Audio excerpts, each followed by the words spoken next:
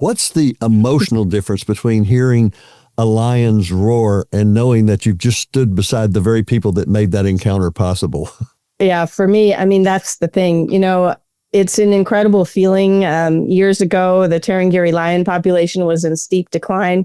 The community, together with our team, has come back and brought that roar back, not just to the national park, but also to the communities surrounding the park. And actually, when you talk to a Maasai elder who tells you about, the disappearance of that roar and the return and what that means to him in terms of his legacy, in terms of his culture, and how important the lion is to the culture, and how important it is to him that his grandchildren are hearing the roar of a lion. That's something really special when you see how important this wildlife is beyond your own eyes, but from a community perspective. It's very, very special. Welcome, luxury enthusiasts, to the Luxury Travelers Podcast, hosted by Rodney George. The ultimate passport to opulent destinations, extravagant experiences, and unparalleled indulgence. Whether one is a seasoned jet setter or daydreaming of the next lavish getaway, the Luxury Travelers Podcast has it all covered. So buckle up and prepare for a journey into the lap of luxury. Now, your host. Well, good morning, good afternoon, good evening, whatever time it is to you finally, when you finally are getting around to watching this episode of the Luxury Travelers Podcast. We have a guest who may be familiar to you from a couple of times previously on our show, but we also have a big surprise for you today, and I'm going to save that and let Tim introduce our big surprise. But Tim Tetzlaff is the Director of Conservation for the Naples Zoo, and Tim, I think you've got probably the most exciting safari opportunity coming up next year that I've seen from you, or from for that matter, for most anyone else. And so, Tim, why don't you say hi to everybody and then introduce our special guest, and we'll get rolling. Good morning, Rodney. Good afternoon or good evening. I am thrilled to be able to offer an experience like this to travelers. As you know, we only do a very limited number of safaris, 1 or 2 a year. And to be offering this kind of rare access behind the scenes safari on a luxury safari is extraordinary. So without further ado, my co-host for this safari is going to be the CEO of African People and Wildlife, Dr. Laly Lichtenfeld. That's a NGO, a non-government organization based in Tanzania with about 250 members of her team. And they're celebrating their 20th year. So we're looking forward to having a wonderful time together, exploring a lot of different things they do on the ground there.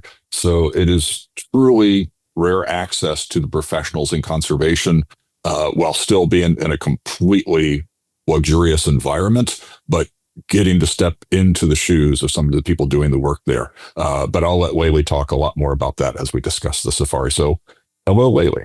Hi, Tim.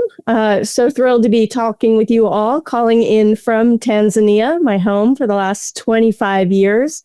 So excited to be able to welcome people to Tanzania next year on this incredible journey that we have crafted together.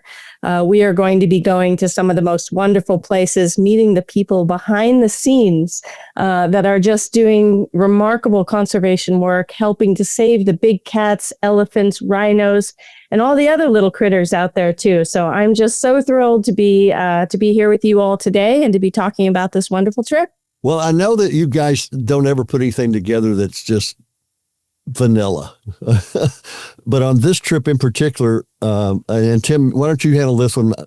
I know that almost every safari promises, wildlife, and even some of them promise luxury. But what are the moments on this particular safari that you guys have put together just simply aren't available on other out-of-the-box safaris? Actually, I'm going to let Laly handle the majority of that because she's the one that makes all this possible. But I will start off with one experience with the rhinos that is extraordinary that we have inside Ngorongoro Crater. We're going at a time of year when it's a perfect time to be in Tanzania for the wildlife and to be able to be in the crater and have the rangers take us off-road where other tourists are not allowed to go. And that's a very special experience to be able to see the rhinos in that space and some of the other animals that we encounter along the way, but guided by the head of the rhino program. And then we'll kick back after that and enjoy lunch together with their team after just seeing some extraordinary sights. But we start off right away in Mkomazi National Park with some of Laly's team. So I'll let her highlight some of the special things that make this safari unlike any other. Mkomazi, of course, is a remarkable national park, but very little known. So we will have the opportunity to cruise around in Mkomazi and see very few others. We'll have a very special experience there. Linking to rhinos, it has one of Tanzania's very critical breeding populations of rhinos. So we're going to be able to go and witness them. But we'll also be with our teams that are protecting elephants in the Mkomazi landscape. Elephants that are moving from Kenya and Tanzania across wide landscapes. We're tracking them, and we'll have the opportunity to meet the team, to talk about the challenges, maybe even meet some of the national park staff, get behind the scenes and really understand conservation from the people who are doing it on the ground every day. We, of course, have the wonderful opportunity in Ngorongoro, and then other opportunities to witness our work. We're going to be heading off, of course, to the Serengeti and talking a lot about the wonders of the migration, the largest migration on the continent that we're going to be able to see, the wildebeest and the zebra. But then after that, heading to my home, the Tarangire Manyara landscape. We're going to be able to witness women who are, protecting the land through beekeeping. They're putting up hives, they're harvesting honey, they're improving their livelihoods while they're protecting their environments at the same time. And boy, are they amazing ladies to meet. And we'll also see things like living walls, our environmentally friendly, predator-proof corrals. We'll meet our teams. And at one point on this lovely adventure, you'll even get to have lunch in my home of the last 25 years at our Noloholo Environmental Center. Just on my back porch there, we'll have a home-cooked meal and really talk about what life has been like out there over the last 25 years. And it's really delicious as well. So, and just to give you an idea, a lot of people hear beekeeping and conservation and protection. That's based on Tanzanian law that protects the land around the beehives because they realize the importance of pollinators. So to give you some perspective of the impact, in the last decade, because of beekeeping, these programs have protected over 500,000 acres of habitat. For the folks in Florida, imagine driving from Naples to the East Coast, look left 3 miles, look right 3 miles the entire way. That's 500,000 acres. And that's the equivalent of what's been protected through that beekeeping program. So you'll get a lot of these behind the scenes experiences, talking with the real people doing the work, not just, some canned lecture that comes out and, talks for 10 minutes. It's directly connected to Laly and the work. We've been supporting this work for the last decade. Very happy to be along for half of that 20 years and supporting 11 of their staff for their salaries. So we've got a great team here, and to craft this custom safari, we wanted to make sure this is true luxury safari. We take as many of the bumps out of safari as possible. You'll still get a few bumps. It'll be a genuine safari to be sure. But we've got private charter planes to take you from place to place. So we can go at the times we want to go. So we're not beholden to bad scheduling times. And you're not going to have those long days of bumpy travel where you got 7 hours in the vehicle to get from one place to the other. So we're trying to, I've been taking safaris to East Africa for 15 years. And so as you learn and understand what makes a very enjoyable safari, we refine that more and more. Again, we're not beholden to particular properties where we have to go to a particular place.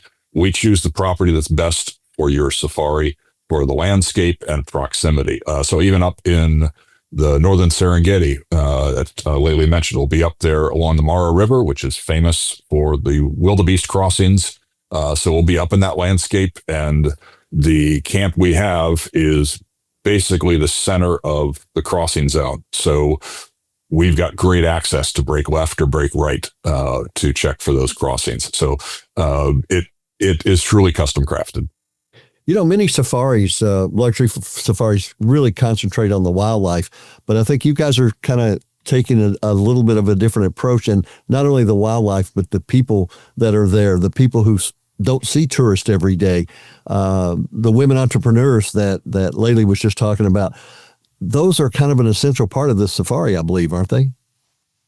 It sure is. And, after 25 years living here in Tanzania and talking to many travelers that come through, that's often the piece that they miss most. They don't get the opportunity to really meet the people of Tanzania. And I tell you, these are the most wonderful people in the world. So kind, so generous, so wonderful to speak to. And we're going to be talking to the real conservation champions on the ground. This work is difficult. It is hard. They do it with a smile. They give every last bit to their efforts. And they are so excited to always meet and talk about their work and show people what they're doing. So I think that really makes it very unique. It's not canned. Like Tim said, you'll have the opportunity just to chat with them, ask whatever questions you want. And really have open conversations about the challenges and the excitement around conservation in Tanzania. Well, and I know that you're going to have some encounters with your staff as well, I believe, right? Absolutely. So some of my team members, we started APW 20 years ago. It's our 20th anniversary, and many of the team have been with us the whole way through, and they have built the organization. So we'll meet some of the high-level team members who are directing the initiatives on the ground. We'll also meet some of the folks that come from the local communities and are driving conservation in their own communities. It's really a community-led approach, and that also makes it very unique. Yeah. I just have to think, a lot of people probably sitting here going, I've heard that name Laly Lichtenfeld before. And maybe it was a safari you did with Tim a couple of years ago, but it just might be that they have been thumbing through their National Geographic, right? That's right. Yeah, I am a National Geographic explorer. Been so fortunate to have a very long-term relationship with National Geographic. And they really helped us in the early years to spread the message about big cat conservation and continue to work with them today. In fact, one of the team members that you may meet is also a National Geographic explorer, Alais Morandad, and he's a Maasai elder and absolutely just a wonderful gentleman to meet. Wow. That might fall under bragging rights there. But Tim, I know that that's one of my favorite phrases, and I suppose that Tim probably gets tired of hearing it. But what are the guests going to come away with as far as bragging right stories to share back home beyond just seeing lions and elephants? Yeah, and I want to be very clear. This is first and foremost a luxury safari, so you will have all the amenities, all the wonderful places that you will see on a lot of other safaris, but we've crafted it so you get the best of. And the truly special moments on safari are the moments you're interacting with people, along with those stunning wildlife moments as well, because it brings a richness to the safari. I know a lot of safaris, the most impact or most contact rather you have with the Maasai community is stopping by for 45 minutes or an hour at one of the communities. And it's very much a tourist experience. And it's an experience that a lot of people enjoy. What I've wanted to do is take that experience, which there's going to be somebody coming in half an hour after you are, and they're going to see the same people and go through that same thing. The people we're going to be talking to, they don't see tourists 2-3 times a day. We're going to be talking to communities that are completely out of those tourist routes. And so it's a genuine experience to meet with these people. And I think that's true no matter where you travel in the world. You can be standing on the Great Wall of China, or you can be on a river cruise in Europe. And it's the people you meet along the way that truly make the difference. And the ability for Laly to coordinate some of those 250 team members to make those experiences special for us. That's the stories you're going to come home with, the people you met and what they're doing, how hard it is, but also the successes. I mean, she's brought lions back to areas where the night was quiet and now the roars are there. and the pride the community has that they have been part of that solution to bringing the prides back. The pride that they have a pride. The pride for the pride. Indeed. And I would add to the authenticity, Tim, it's also, I mean, we are working with teams that really know these landscapes. They have a feel for the wildlife. They have a feel for their people. So sometimes we just end up in the right place at the right time because we kind of have an innate understanding of the environments. I mean, Tarangire is my backyard.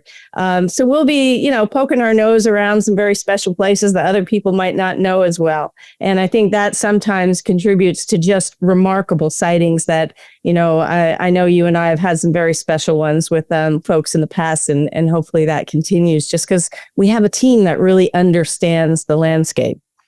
So what's the difference? Since we're on lions here, what's the emotional difference between hearing a lion's roar and knowing that you've just stood beside the very people that made that encounter possible? Yeah, for me, I mean, that's the thing. It's an incredible feeling. Years ago, the Tarangire lion population was in steep decline. The community, together with our team, has come back and brought that roar back, not just to the national park, but also to the communities surrounding the park. And actually, when you talk to a Maasai elder who tells you about, the disappearance of that roar and the return and what that means to him in terms of his legacy, in terms of his culture, and how important the lion is to the culture, and how important it is to him that his grandchildren are hearing the roar of the lion. That's something really special when you see how important this wildlife is beyond your own eyes, but from a community perspective. It's very, very special. It's a really rich thing to get the full color of that. I mean, seeing some of these sites, I mean, they're Instagram moments to be sure, but you can see Instagram moments from other people. This is providing the depth to that experience that makes it very meaningful. So those are kind of the moments that you and I were talking about the other day that make you say that this is what makes this so unusual and so unlike anything else, right? Yeah, it's, again, there are many luxury safaris departing every day. So this is something that is truly different because those safaris that are departing all the time, they can't meet with these people because they're involved with their regular life. They've got jobs to do. So because we're coming just for this one safari in 2026, they pull out of the stops to come say hello and share what they're doing. Tim, what are the dates of this trip for next year?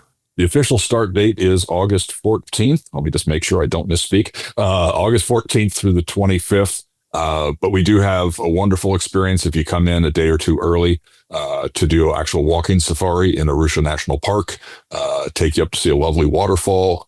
You get to be on the ground with giraffe.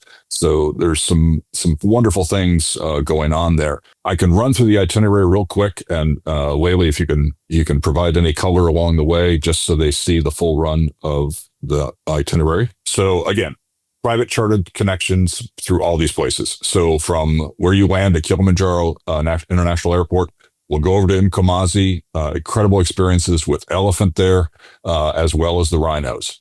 Then we fly rugged up. savanna landscape, very beautiful, surrounded by mountains. It's just a very, very special place that very few people go. Yes. If you mention Mkomazi to most people, they will just have a blank look on their face. But from there, we will fly up to Ngorongoro, the crater, where this is a World Heritage Site, largest unflooded, unbroken caldera in the world, about 25,000 large animals down there. So we'll have two opportunities to go down in the crater. Most people only take one. And this is where we'll meet up with the Rhino team and get off-road experiences. And then, of course, it's up into the world-renowned Serengeti National Park. We will be staying a very short distance from the river. And again, so close in proximity, we can go to where the crossings are and wait for that iconic moment. You can never guarantee it, but we're in the right place at the right time. From there. And Tim, we'd be remiss if we didn't say we might have a few sundowner moments here and there too. That's going to be a lot of fun, isn't it? Oh, yes. Yes. And just here and there, we're going to raise a toast once or twice, I think, in a very beautiful place. That's where Tim gets to play bartender, right? That's right. Exactly. No, they got professional bartenders. It's a wonderful thing. So I love the East African lagers, but a gin and tonic is a very traditional safari beverage. So yes, we will definitely have some of those special moments, meals in the bush, sundowner toasts, absolutely. And Serengeti is an incredible place to do that. And beyond the river, we're in Serengeti. So the wildlife is extraordinary. Even if the river were not there, this is one of the most magical places on earth to get into that natural environment. And from there, we fly into a private airstrip. We got special permission to land there, which I was so happy about, to explore some of the programs that African People and Wildlife do, and then game drive into the park. And Tarangire is the home of elephants. About 85,000 large animals move into Tarangire during the dry season, including those elephant herds, plus those magnificent baobab trees. The landscape just screams Africa at you. And so we've got time down there to both enjoy the park, enjoy the programs with Laly, and then we have one more flight, quick, about 25-minute hop back to Arusha. We'll get a great opportunity to enjoy shopping in town. So anybody who wants to pick up their Tanzanite, we've got great opportunities for that, along with all the other souvenirs you'd want to take home, artwork, the whole thing. And we started off with VIP entry. So while the other few hundred people are walking to the plane, you are being escorted to a private building where you sit on nice leather couches and you process into the country about as relaxed as you can. And as wonderful as that is coming into the country, it's 10 times better on the way out, because you don't go through 2 security screenings, standing in the line, filling out forms that are very confusing. So we handle all the things on safari that people wonder about. We take care of your tips. We take care of your laundry. We carry your bags. We provide you a bag. All those things along the way that people can kind of get like, I don't know what to do. Don't worry about it. We got that covered for you. So if you guys are just hearing from Tim for the very first time, you might get the idea that he and Laly have done this before. Well, we've done it a few times before. So that's why building this together and making it the truly special experience has been so fun. And I'm looking forward to it very much. And that's part of the fun too, is Tim and I kind of behind the scenes, just flexing things depending on how you're feeling, depending on, new opportunities that come to us. We have a really good time making sure that you have the best possible time in your visit to Tanzania. Yeah, and in wrapping this thing up, there's kind of a good news, bad news thing here. The good news is it's limited to 12 people. The bad news is it's limited to 12 people, right? Yeah, absolutely. Indeed. Yeah, it needs to be a small group. Yep. So that we can offer these intimate experiences, of course. So you also have room in the vehicles. You're not squished in together. We really just want to make it comfortable, intimate, and authentic. Yeah, for the people who've been on safari before, we're at 6 per vehicle. We added a bonus vehicle. So it's 4 people per vehicle. So if you've got another couple you want to travel with, you'll be traveling in a private vehicle with just your 4 people. Nice. Well, I can't tell you. I mean, I've been to Africa several times myself, and I'm sitting here and listening to this, and I'm just like, this is a dream trip, if ever there was one, to go to Africa. If you want to get deep into the knowledge and understanding, and if you happen to want to watch Tim dance with a Maasai. Watch the Maasai; they're much better. I want to see how high you can jump without bending your knees. That's noted. I got to bend my knees to cheat. Lily, I want videos of that. Okay. That's been noted. Well, guys, we want to keep this short so that people will get the gist of it. But we have a ton of information that can come along to them as well. This has been so much fun. I could talk to you guys all day long. This has been fun. And folks, if you're interested, let us know right away, because with 12 people, 12 seats, I guess one family could come in and take the whole thing. Anyway, speaking of families, that's not a bad idea. A multi-generational private luxury trip to Tanzania. Wow. Very fun. Well, just like we say when we close up anything, Tim, you got any last thing you want to say? Because I was just about to shut it down, and then I thought, I better give you the last word here. come have a fun time with a couple friends who really love Africa and one who's lived there for 25 years. You'll have an incredible experience. Well said. So get out there and remember, everybody, enjoy yourself. It is truly later than you think. Bye for now.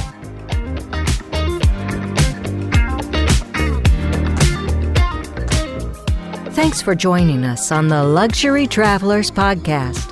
For more information, head on over to luxurytravelerspodcast.com to connect with our team or leave us a message. Until next time, safe travels and savor the extraordinary.